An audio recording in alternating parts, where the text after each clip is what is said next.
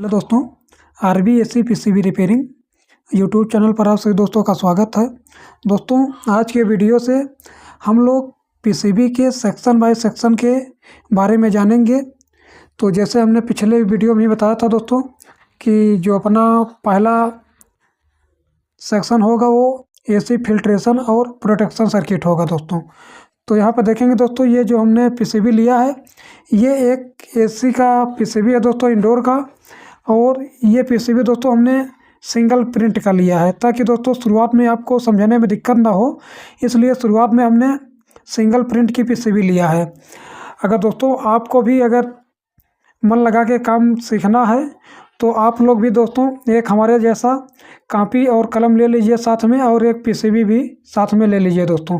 जैसे जैसे दोस्तों हम इसका डायग्राम बनाते हुए चलेंगे वैसे वैसे आपको भी बनाना है ताकि दोस्तों आगे चल के आपको इसको समझने में दिक्कत ना हो।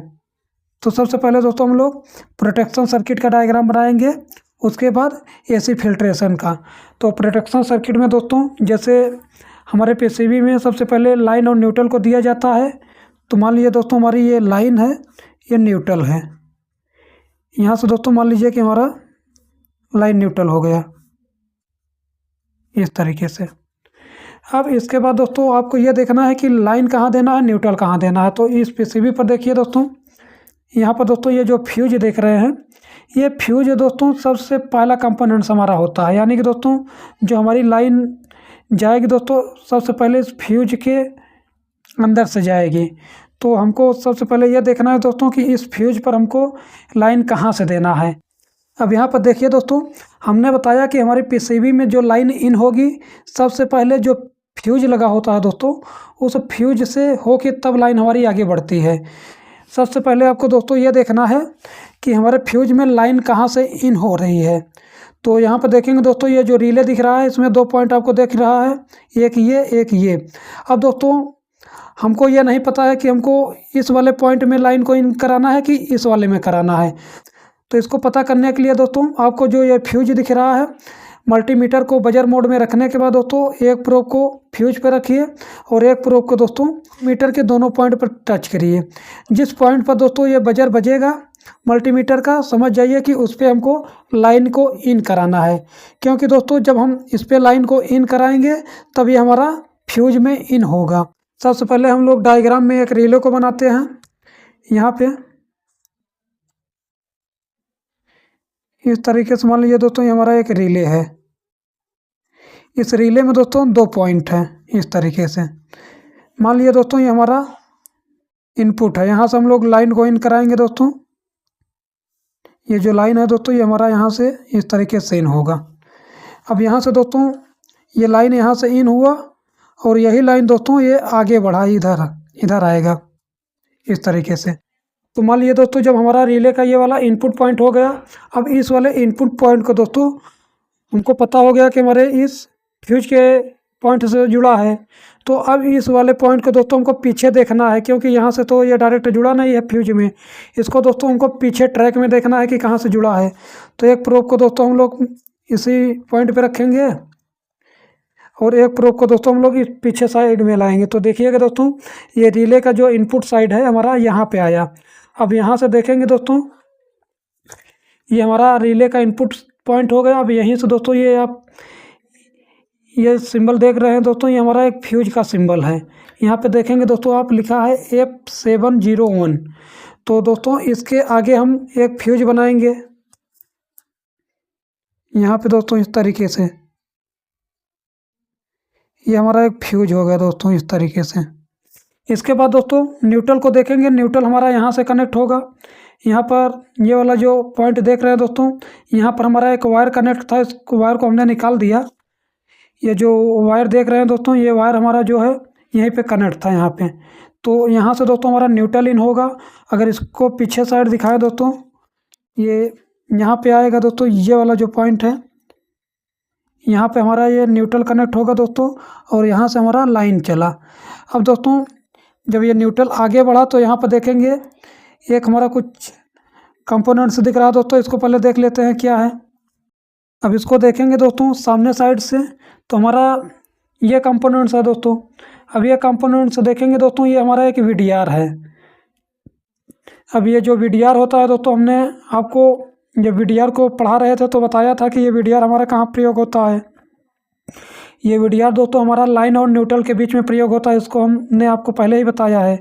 तो यहाँ पर दोस्तों जैसे ही हमारा न्यूट्रल इन हुआ तो न्यूट्रल के एक पॉइंट पर देखेंगे ये वीडीआर का एक पॉइंट यहाँ पे जुड़ गया।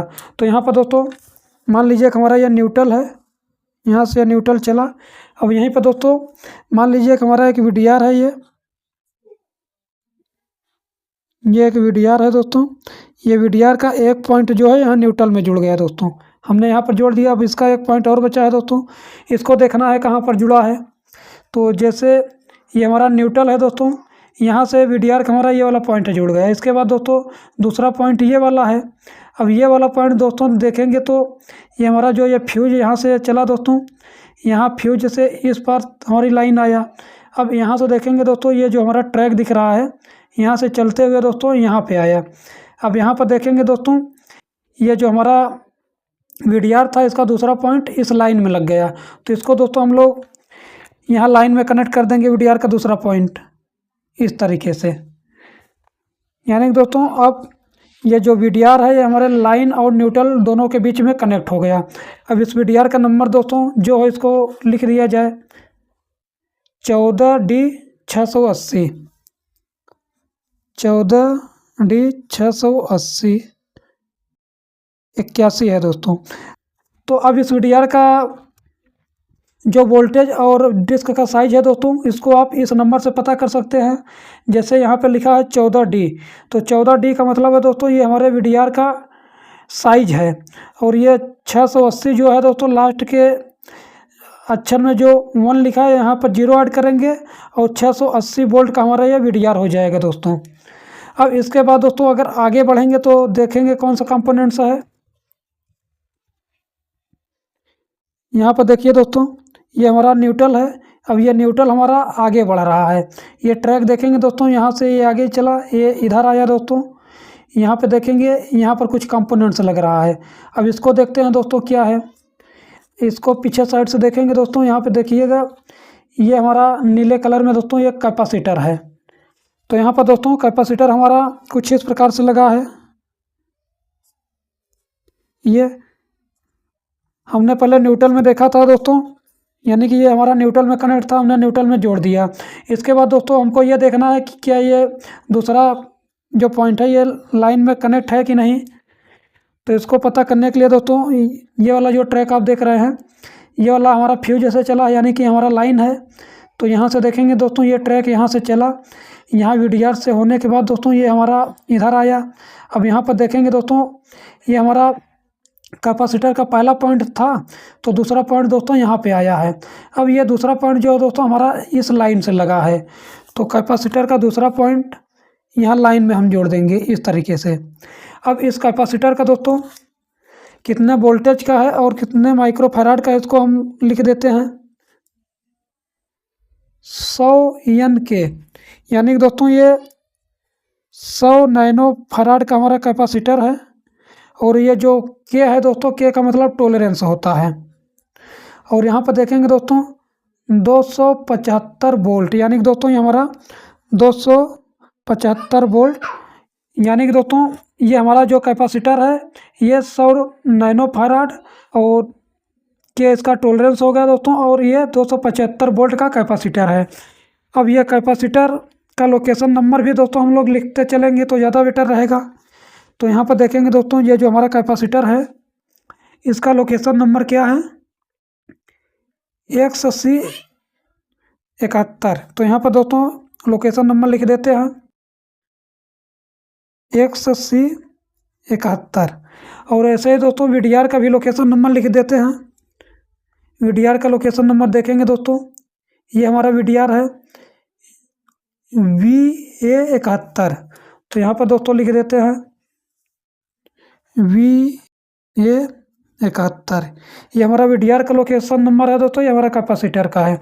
अब इसके बाद दोस्तों कैपेसिटर के आगे बढ़ेंगे, हमारा कौन सा कंपोनेंट्स आता है इसको देखते हैं। तो यहाँ पर दोस्तों ये हमारा कैपेसिटर था, इसके आगे बढ़ेंगे दोस्तों, यहाँ पर देखेंगे ये हमारी न्यूट्रल है दोस्तों। ये न्यूट्रल यहाँ से चला, यहाँ से होते हुए दोस्तों ये VDR से होते हुए ये आगे पहुँचा यहाँ कैपेसिटर पे। कैपेसिटर के बाद देखेंगे दोस्तों यहाँ पे पहुँचा। अब यहाँ पर देखेंगे दोस्तों एक हमारा कॉइल का जैसा बना है। सामने साइड देखेंगे दोस्तों ये वाला हमारा कॉइल है। अब इस कॉइल को देखेंगे दोस्तों जैसे ये दो अलग अलग दिख रहा है, तो ऐसे ही दोस्तों पीछे साइड भी देखेंगे तो ये अलग अलग दिख रहा है। तो इसका मतलब दोस्तों ये हमारा जो यहाँ से न्यूट्रल चल रहा है, इस न्यूट्रल में अलग से है दोस्तों, और यहाँ जो हमारी लाइन यहाँ से चल रही है दोस्तों, इस लाइन में देखेंगे इसमें अलग से है। तो सबसे पहले दोस्तों हम लोग न्यूट्रल वाले को बना लेते हैं। न्यूट्रल हमारा यहाँ है, तो यहाँ पे दोस्तों हम इस तरीके से बना देते हैं। तो ये हमारा न्यूट्रल में बना दिया दोस्तों। अब न्यूट्रल का दूसरा पॉइंट यहाँ पर है दोस्तों, उसको बाद में देखते हैं। अब देखते हैं दोस्तों ये जो हमारी लाइन आ रही है यहाँ फ्यूज से देखेंगे, ये फ्यूज से लाइन जो चल रही है दोस्तों यहाँ से होते हुए इस लाइन में भी देखेंगे ये कॉइल लगा है। हमने बताया दोस्तों ये जो हमारा यहाँ कॉइल देख रहे हैं इसमें दो साइड है, यानी कि दोस्तों ये अलग है, ये अलग है। अब मान लीजिए कि लाइन का हो गया कि न्यूट्रल का हो गया दोस्तों, लाइन का भी दोस्तों हम अलग से बना देते हैं। मान लीजिए कि हमारा लाइन का हो गया। अब इसका लोकेशन नंबर देख लिया दोस्तों क्या है, FT71। तो यहाँ पर लिख देते हैं दोस्तों FT71, ये हमारा कॉइल का लोकेशन नंबर है दोस्तों। इसके बाद दोस्तों इंडक्टर के दूसरे पॉइंट पर चलते हैं, ये हमारा कहाँ जुड़ा है। तो यहाँ पर देखेंगे दोस्तों ये इंडक्टर का हमारा इनपुट था, न्यूट्रल का और लाइन का भी। इसके बाद ये दूसरा पॉइंट हमारा आउटपुट का है दोस्तों। तो सबसे पहले हम न्यूट्रल वाले को देखेंगे ये कहाँ जा रहा है। तो यहाँ से दोस्तों हमारी सर्किट आगे बढ़ी, यहाँ पर कोई कंपोनेंट्स दिख रहा है। अब पीछे साइड देखते हैं दोस्तों ये क्या है। तो यहाँ पर देखेंगे दोस्तों एक फिर से ये कैपेसिटर है। अब इस कैपेसिटर का नंबर देख लेते हैं दोस्तों क्या है। तो यहाँ पर देखेंगे दोस्तों ये भी कैपेसिटर हमारा 100 नैनो फैराड और के इसका टॉलरेंस है 275 वोल्ट का है। तो यहाँ पर दोस्तों कैपेसिटर को जोड़ लेते हैं। ये हमारा पहले न्यूट्रल से लगा है दोस्तों, न्यूट्रल से जोड़ के अब इसको देखते हैं लाइन से लगा है क्या। तो यहाँ पर देखेंगे दोस्तों ये हमारा लाइन है, यहाँ से ये फ्यूज से चला है दोस्तों, यहाँ से होते हुए VDR से फिर यहाँ सादा कैपेसिटर जो लगा था, इसके बाद लाइन फिल्टर, तो लाइन फिल्टर से होते हुए दोस्तों फिर यहाँ पे हमारा फिर से एक यही कैपेसिटर दिखा दोस्तों। तो यहाँ पे लाइन से भी जोड़ देते हैं इसको इस तरीके से। अब इस कैपेसिटर का लोकेशन नंबर देख लेते हैं दोस्तों क्या है। तो यहाँ पे देखेंगे दोस्तों इंडक्टर के बाद XC72। तो यहाँ पर दोस्तों लिख देते हैं XC72, यानी कि दोस्तों इसका लोकेशन नंबर है XC72। और ये कैपेसिटर दोस्तों 100 नैनो फैराड और के इसका टॉलरेंस है, और जो इस वाले कैपेसिटर का वोल्टेज है दोस्तों वही वोल्टेज इसका भी है, यानी कि 275 वोल्ट का कैपेसिटर। अब इसके बाद देखते हैं दोस्तों ये हमारा जो लाइन और न्यूट्रल है ये कहाँ जा रहा है।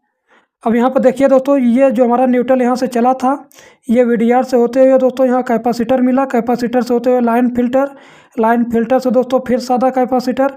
उसके बाद देखेंगे दोस्तों ये हमारा जो न्यूट्रल है ये अलग अलग साइड में बट गया, यानी कि दोस्तों ये एक इधर चला गया और एक इधर चला गया दोस्तों, और एक देखेंगे यहाँ पर कोई कंपोनेंट्स दिख रहा है। अब यहाँ पर देखेंगे दोस्तों जैसे हमारा यहाँ से ये न्यूट्रल चला, ये न्यूट्रल दोस्तों यहाँ पर पहुँचने के बाद 3 रास्ते पर आ गया। 3 रास्ते का मतलब दोस्तों देखिए एक हमारा न्यूट्रल इधर चला जा रहा है और एक इधर ट्रैक से आ रहा है दोस्तों, और एक यहाँ पर एक कंपोनेंट से देखेंगे दोस्तों ये, यानी कि दोस्तों हमारा न्यूट्रल 3 रास्ते पर हो गया। अब हमको कौन सा रास्ता पकड़ के चलना पड़ेगा दोस्तों। मान लीजिए जैसे अभी हम AC फिल्ट्रेशन के बारे में पढ़ रहे हैं, अब इसके बाद हमको AC रेक्टिफिकेशन के बारे में पढ़ना है। तो हमको दोस्तों ये देखना है कि AC रेक्टिफिकेशन जो सर्किट होती है वो हमारा ब्रिज रेक्टिफायर में जाता है। तो ये देखना है कि ये 3 रास्ते जो है दोस्तों इसमें से कौन सा हमारा रेक्टिफिकेशन में जा रहा है। तो उसी सर्किट को, तो उसी ट्रैक को दोस्तों हमको पकड़ना है। तो यहाँ पर देखेंगे दोस्तों सबसे पहले ये वाला जो रास्ता जा रहा है इस रास्ते को देखेंगे दोस्तों, ये आगे बढ़ा यहाँ पे आया। यहाँ पर देखेंगे दोस्तों यहाँ पे आया, यहाँ पे हमारा एक कंपोनेंट्स लगा था दोस्तों, ये एक कैपेसिटर यहाँ पे लगा था। देखेंगे दोस्तों यहाँ पे लिखा गया है CR71, यानी कि दोस्तों यहाँ पर एक कैपेसिटर लगा था। ये सिंबल आप देख सकते हैं। ये कैपेसिटर दोस्तों, ये जो हमारी AC मोटर होती है उसको चलाने के लिए ये यहाँ पर एक कैपेसिटर लगाया जाता है। तो ये दोस्तों ये वाला रास्ता तो हमारा मोटर के लिए चला गया इसका, तो ये रास्ता दोस्तों हमारा कैपेसिटर के लिए चला गया, तो इसको हमको नहीं पकड़ना है। इसके बाद दोस्तों ये वाला जो रास्ता देख रहे हैं आप, इसको देखते हैं। अब ये रास्ता देखेंगे दोस्तों, यहाँ पे आया, यहाँ पर आने के बाद यहाँ पर देखेंगे रेजिस्टेंस दिख रहा है दोस्तों। रेजिस्टेंस के बाद देखेंगे ये हमारा यहाँ पर कुछ कंपोनेंट्स दिख रहा है दोस्तों। यहाँ पे देखेंगे ये एक ऑप्टो कपलर है। तो ये भी रास्ता हमारा नहीं है दोस्तों रेक्टिफिकेशन का, क्योंकि ये रेजिस्टेंस के बाद ये सीधे ऑप्टो कपलर में जा रहा है। इसके बाद दोस्तों ये जो तीसरा रास्ता है इसको पकड़ते हैं। तो यहाँ पर देखेंगे दोस्तों एक कंपोनेंट से दिख रहा है, पहले इसको देख लेते हैं क्या है दोस्तों। इसको पीछे साइड से देखेंगे दोस्तों, ये एक छोटा सा कंपोनेंट से दिख रहा है दोस्तों, ये हमारा एक फ्यूज है। यानी दोस्तों इसमें अब दो फ्यूज आपको देखने को मिल गए, एक यहाँ पे दोस्तों और एक फ्यूज आपको यहाँ पे देखने को मिल गया। यानी दोस्तों यहाँ पर हमारा एक फ्यूज और मिल गया। ये कहाँ पे लगा है दोस्तों, न्यूट्रल में, यानी कि यहाँ से हमारा न्यूट्रल चला है। अब यहाँ से दोस्तों न्यूट्रल जब चला तो ये जो फ्यूज है हमारा देखेंगे F72, ये हमारा न्यूट्रल से एक फ्यूज लग गया दोस्तों। अब इसको यहाँ से हम फिर से दूसरा ट्रैक लेते हैं दोस्तों। मान लीजिए हमारा न्यूट्रल और ये लाइन, अब यहाँ न्यूट्रल पे दोस्तों हमारा एक फ्यूज और लग गया। तो इस फ्यूज का लोकेशन नंबर देखेंगे दोस्तों क्या है, F72। तो यहाँ पर लिख लेते हैं दोस्तों F72। अब ये फ्यूज में दोस्तों हमारा न्यूट्रल जो है इन होने के बाद यहाँ से आउट हुआ। अब यहाँ से देखेंगे दोस्तों ये सर्किट हमारी आगे बढ़ी, तो यहाँ पर देखेंगे दोस्तों ये डायोड दिख रहा है। अब ये जो डायोड है दोस्तों ये हमारा AC रेक्टिफिकेशन के लिए बनाया गया है, क्योंकि दोस्तों यहाँ पर देखेंगे हमारा न्यूट्रल, ये फ्यूज के बाद न्यूट्रल आगे बढ़ा, यहाँ ये इधर से डायोड मिल गया। और यहाँ अब इसके बाद दोस्तों हम लाइन को देखते हैं, लाइन हमारी कहाँ पहुँच रही है। ये यहाँ से लाइन चली दोस्तों, यहाँ से VDR से होते हुए सादा कैपेसिटर से फिर लाइन फिल्टर से दोस्तों फिर यहाँ आया। यानी कि दोस्तों ये लाइन फिल्टर से आउट होकर हमारा लाइन जब यहाँ पहुँचा तो इसके बाद दोस्तों लाइन फिल्टर से होने के बाद यहाँ पर एक सादा कैपेसिटर मिला। अब ये सादा कैपेसिटर के बाद दोस्तों ये हमारा जो लाइन है ये इधर आया। अब ये लाइन इधर आया दोस्तों, तो यहाँ पर देखेंगे यहाँ पर ये रेजिस्टेंस भी लाइन से लगा है और इधर भी डायोड लगा है। तो हमको रेजिस्टेंस की तरफ नहीं जाना है दोस्तों, क्योंकि हमको AC रेक्टिफिकेशन सर्किट की तरफ जाना है। तो रेक्टिफिकेशन का मतलब आप समझते हैं दोस्तों कि हमारा डायोड या ब्रिज में जाएगा। तो यहाँ पर देखेंगे दोस्तों ये जो हमारी लाइन है ये डायोड में जा रही है। तो इसका मतलब ये हुआ दोस्तों कि हमारी जो लाइन इधर चल रही है इधर हमारा रेक्टिफिकेशन सर्किट होगा। तो आज की वीडियो में दोस्तों सिर्फ इतना ही, क्योंकि ये जो दूसरा सेक्शन आ गया दोस्तों ये हमारा AC रेक्टिफिकेशन का सर्किट है। तो इसको दोस्तों हम लोग किसी दूसरे वीडियो में जानेंगे। तो आज की वीडियो में दोस्तों सिर्फ इतने को जानते हैं कि ये हमारा सर्किट किस तरीके से काम कर रहा है। तो यहाँ पर दोस्तों हम आपको ये बताते हैं कि जो हमारी प्रोटेक्शन सर्किट है और AC फिल्ट्रेशन सर्किट है ये कैसे काम कर रही है। अब यहाँ से दोस्तों हमारा लाइन और न्यूट्रल चला। अब ये लाइन न्यूट्रल दोस्तों यहाँ से चला, तो ये जो लाइन है सबसे पहले ये रिले में गया। अब रिले के जिस पॉइंट में इन होता है दोस्तों वहीं से ये आउट भी होता है, यानी कि इंडोर PCB में जिस थिम्बल पर दोस्तों हमारी लाइन इन होती है वहीं से आउट भी होती है। ऐसा नहीं है कि यहाँ से इन होगा यहाँ से आउट हो जाएगा। अब यहाँ से जो लाइन आउट होगा दोस्तों ये हमारा आउटडोर के लिए आउट होता है। तो जो हमारा लाइन इन होगा दोस्तों वहीं से हमारा इंडोर PCB के लिए आउट भी होता है। तो यहाँ से दोस्तों ये जो हमारा लाइन आउट हुआ तो हमारा सबसे पहले ये फ्यूज में गया। जो फ्यूज देख रहे हैं दोस्तों इसका पहला जो पॉइंट है, यानी कि दोस्तों फ्यूज में 2 पॉइंट होता है। तो पहला पॉइंट लाइन से इन हो के दोस्तों दूसरे पॉइंट से आउट हुआ। जब दूसरे पॉइंट से आउट हुआ दोस्तों तो सबसे पहले हमारे VDR में गया। यानी कि दोस्तों जब फ्यूज से आउट हुआ तो VDR में गया। अब VDR देखेंगे दोस्तों ये लाइन और न्यूट्रल दोनों के बीच में खड़ा है। अब ये दोस्तों फ्यूज और VDR ये दोनों कंपोनेंट से मिलकर दोस्तों हमारे प्रोटेक्शन सर्किट का काम करते हैं। ये कैसे करते हैं दोस्तों, हमारा एक फिक्स वोल्टेज और फिक्स एम्पियर पर निर्धारित होता है। इसका एक मैक्सिमम वोल्टेज और मैक्सिमम एम्पियर होता है कि अगर इससे हाई वोल्टेज आएगा तो ये हमारा जो फ्यूज है ये उड़ जाएगा, या तो जैसे मान लीजिए 7 एम्पियर का हमारा फ्यूज है, अगर 7 एम्पियर से ज़्यादा हम इस पीसीबी पर लोड देंगे तो भी हमारा ये फ्यूज जो है दोस्तों उड़ जाएगा। अब मान लीजिए कि जैसे हमारी ये पीसीबी है दोस्तों ये 220 वोल्टेज से चल रही है। अब मान लीजिए हमारा जो फ्यूज है ये 250 वोल्टेज का फ्यूज है दोस्तों। अब जब हमारी जो एसी लाइन आ रही है दोस्तों ये जब 250 वोल्टेज आएगी उस टाइम हमारा ये फ्यूज उड़ जाएगा।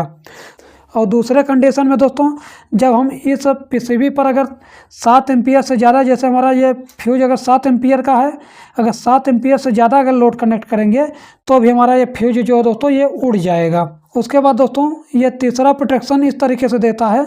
मान लीजिए कि जैसे हमारी 220 वोल्टेज एसी आ रही है, जो 220 वोल्टेज एसी आ रही है दोस्तों ये हमारी एक आरएमएस वोल्टेज होता है, यानी दोस्तों ये जो हमारी 220 वोल्टेज आता है ये हमारा एक आरएमएस वोल्टेज होता है। जब इसका पीक वोल्टेज अगर निकालेंगे दोस्तों तो ये पीक वोल्टेज हमारा लमसम 325 वोल्टेज के आसपास बनेगा। यानी दोस्तों हमारा जो एसी इनपुट आता है ये जब हम लोग मल्टीमीटर से देखते हैं तो ये 220 वोल्टेज दिखाता है, ये हमारा एक एवरेज वोल्टेज होता है। जब इसका हम लोग पीक टू पीक अगर वोल्टेज देखेंगे दोस्तों ये हमारा 325 वोल्टेज होता है। अब यहाँ पर देखेंगे जो हमारा ये वीडीआर होता है दोस्तों ये हमारे पीक टू पीक वोल्टेज पर निर्धारित होता है। जैसे यहाँ पर देखेंगे दोस्तों ये हमारा जो वीडीआर है ये 680 वोल्ट, यानी दोस्तों यहाँ पर देखेंगे जो ये इसका कोडिंग लिखा गया है, हमने बताया कि लास्ट का जो डिजिट होता है उसमें एक जीरो ऐड करना पड़ेगा। जब यहाँ लास्ट में 1 लिखा है यहाँ पर एक जीरो ऐड करेंगे 680 वोल्ट हो जाएगा। यानी दोस्तों अब ये हमारा जो वीडीआर है ये 680 वोल्ट का हो गया। अब दोस्तों मान लीजिए कि जो हमारा ये आरएमएस वोल्टेज 220 आ रहा है तब तक हमारा पीक वोल्टेज 325 वोल्टेज के आसपास बनेगा। तब तक दोस्तों कोई दिक्कत नहीं है, हमारा ये वीडीआर ठीक ठाक खड़ा हुआ है। अब मान लीजिए दोस्तों किसी कारण से हमारी जो लाइन आ रही है 440 वोल्टेज आ गई दोस्तों, क्योंकि दोस्तों कभी कभी हमारे घरों में जो लाइन आती है फेस टू फेस भी आ जाता है किसी सप्लाई को गड़बड़ होने से। जब 440 वोल्टेज लाइन आएगा दोस्तों, जब 440 वोल्टेज लाइन आएगा दोस्तों उस टाइम हमारा ये पीक टू पीक वोल्टेज भी हाई हो जाएगा। जैसे ही दोस्तों ये peak to peak voltage high होगा उस टाइम हमारा ये वीडीआर काम करेगा दोस्तों।